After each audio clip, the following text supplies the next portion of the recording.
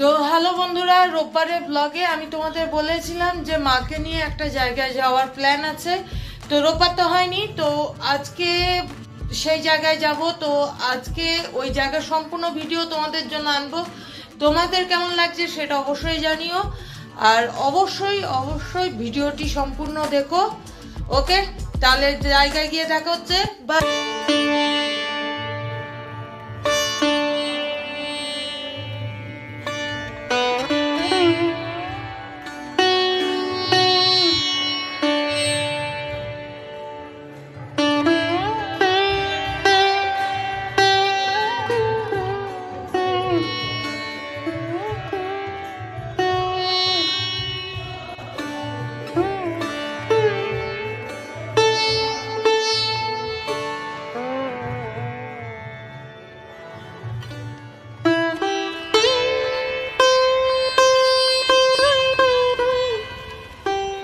Welcome back to টিজিস life. তো বন্ধুরা, মাকে নিয়ে বেরিয়ে পড়েছি সেই স্থানে, যে স্থানে যাওয়ার কথা ছিল। আর আমাদের সাথে আমার দিদিও জয়েন করবে। তো তোমরা দেখতে থাকো আর সাথে থেকো।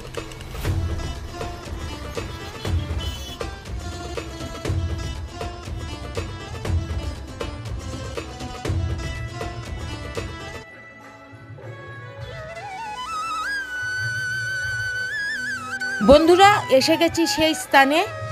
হ্যাঁ, আজকে এসেছি আমাদের আসানসোলের শ্যাম মন্দিরে। আসানসোলে এই শ্যাম মন্দির রাহা লেনের উপর তৈরি হয়েছে। খুব বেশি পুরনো না, 5 বছর পুরনো এই মন্দির। আর এই মন্দিরের সৌন্দর্য আলাদাই, এর বর্ণনা তোমাদেরকে করতে বোঝাতে পারবো না, তবে তোমরা দেখতে থাকো এই সৌন্দর্য। আর আরেকটা কথা তোমাদের জানার জন্য বলে রাখি, রাজস্থানের খাটু শ্যাম মন্দিরের অনুকরণে বা আদলে এই মন্দিরটি তৈরি।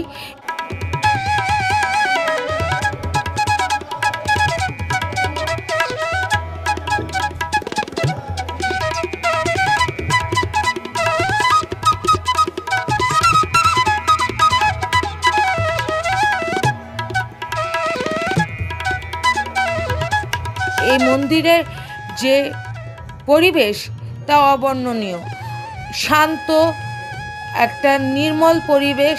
তোমরা এলে বুঝতে পারবে। আর আসানসোলবাসী যারা আছো তারাও অবশ্যই অনেকেই এই শ্যাম মন্দির দর্শন করে গেছো বা করে গেছেন। তো তাদের কাছে তো বলার কিছু নেই, তবে যারা এখনও পর্যন্ত দেখেননি, আজকে তাদের জন্যই এই শ্যাম মন্দিরের প্রতিবেদন তুলে ধরলাম।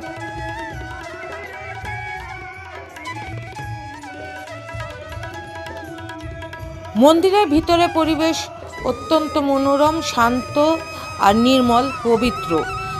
এখন মন্দিরের ভিতরে ভজন কীর্তন চলছে, আর এই ভজন কীর্তন সকাল সন্ধ্যা সর্বক্ষণই চলে।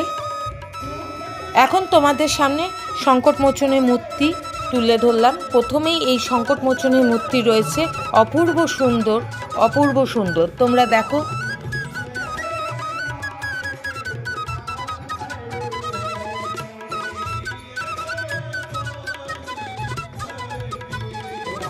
তোমাদের যেমন এখন একটু আগে দেখালাম সংকটমোচনের মূর্তি, আর এইদিকে দেখো ভক্তগণেরা ভজন কীর্তন করছেন তাদের মতন করে। সকাল সন্ধ্যা অনেকেই এসে একসাথে বসে এখানে ভজন প্রার্থনা করেন।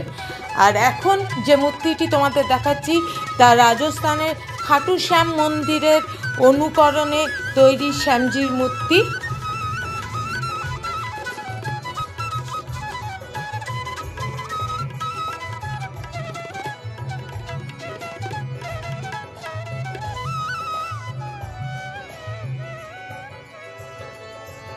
আর এই মূর্তি তোমাদেরকে যেটা দেখাচ্ছি তা হলো শিব পার্বতীর মূর্তি।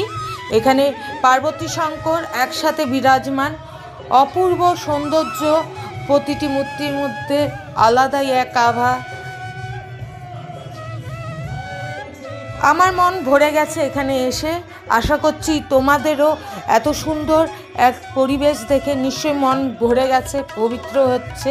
তোমাদেরও ইচ্ছা করছে আসার। তো যদি আসার ইচ্ছা হয় তো অবশ্যই এসে একবার দেখে যেতে পারো, অপূর্ব সুন্দর স্থান।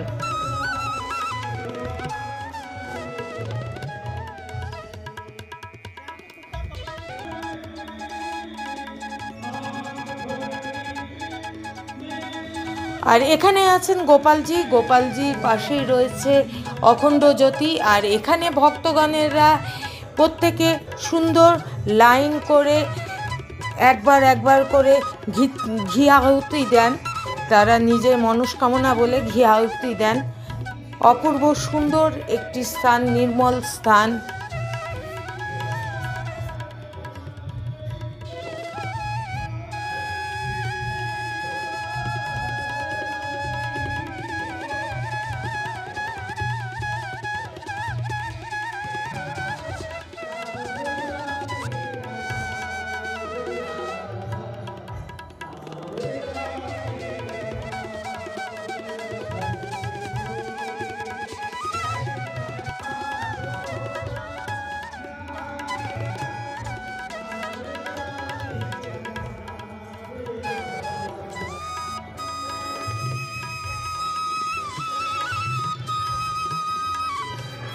আমার খুব ভালো লেগেছে এই মন্দিরে এসে। আর সবচেয়ে বেশি ভালো লেগেছে যে মা আমার সাথে ছিল, আর তার সাথে ছিল দিদি।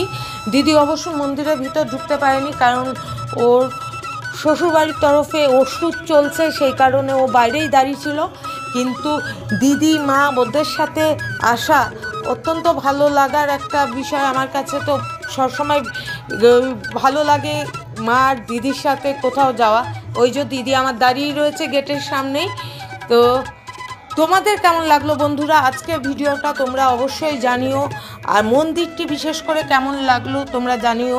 তার সাথে জানিও যে আসানসোলবাসীরা যারা দেখছো তারা এর আগে এই শ্যাম মন্দিরে এসেছিলে কিনা, নাকি এটা প্রথমবার। তোমরা অবশ্যই কমেন্ট করে জানিও, তোমাদের কমেন্ট পেলে আমারও ভালো লাগবে। আর দেখতে থাকো, সাথে থেকো, নতুন ভিডিও আরও আসতে চলেছে। তো আজকের ভিডিও আমি এখানেই শেষ করছি।